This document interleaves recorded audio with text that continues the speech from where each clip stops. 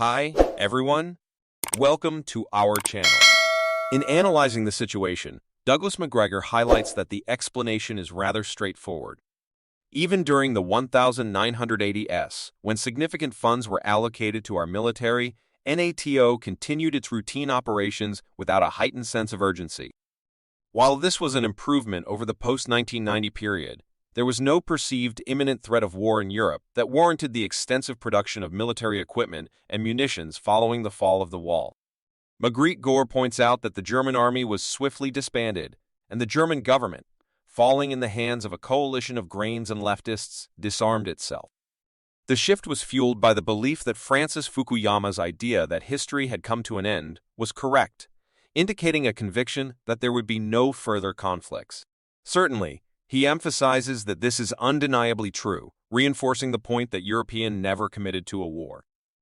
I think the origins of this situation trace back to 2014, when a government perceived as friendly to the United States, influenced by figures like Victoria Nuland and others from Washington, was established.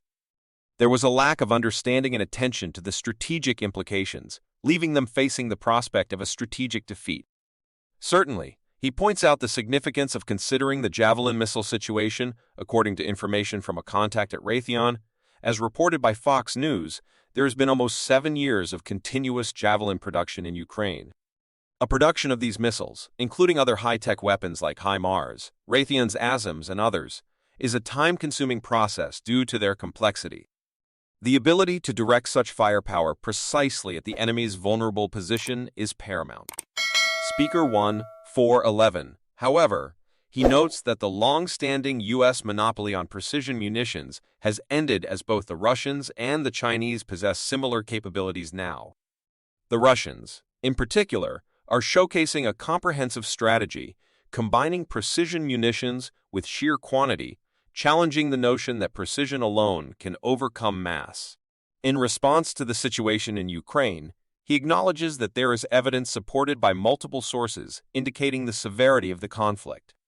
Ukrainians are continuously posting images and information revealing the dire circumstances, including the involvement of young soldiers.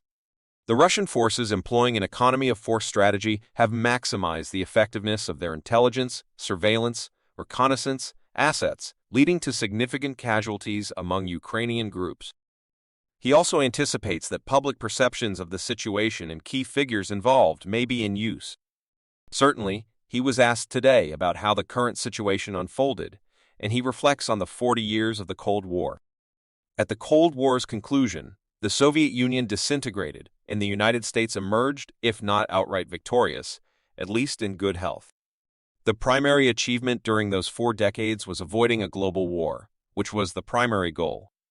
However, within a year, the narrative shifted dramatically with a defeat in Ukraine through a proxy war, and the nation now stands on the brink of a potential confrontation with Russia, something that was actively worked against for decades.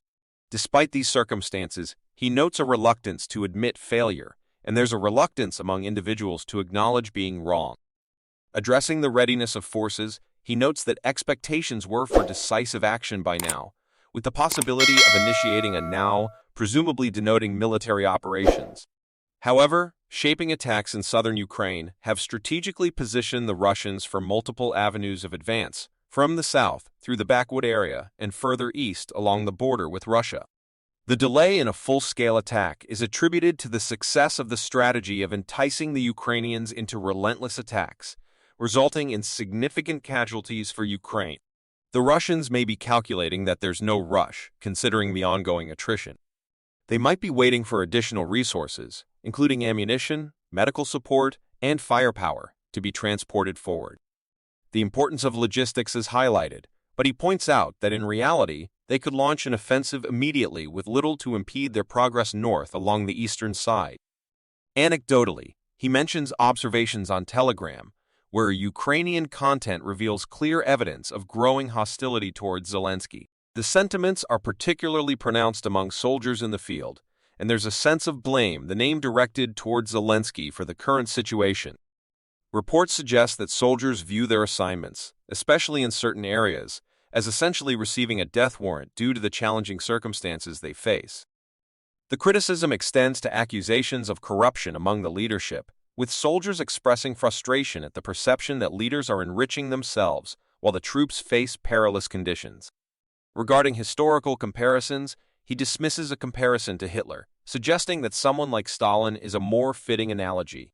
He delves into the historical context of the region, emphasizing the long-standing discontent stemming from Russian communist domination over territories that were once part of Austria-Hungary, the Polish-Lithuanian Commonwealth, and the German imperial state. The sentiment of betrayal has persisted, particularly among the Poles who have long aspired to reclaim their former status as a European great power. While acknowledging the historical context, he expresses caution about the potential consequences if the Poles are seriously considering a move into Ukraine with the claim of acting in NATO and washing his name. He anticipates that such a move could lead to a rupture within NATO with European nations, refusing to support a war aimed at regaining a perceived empire against Russia. He dismisses the notion that anyone would entertain the idea of using hallucinogenics for financial gain on a massive scale. Expressing skepticism, he doesn't see any evidence to support such a scenario.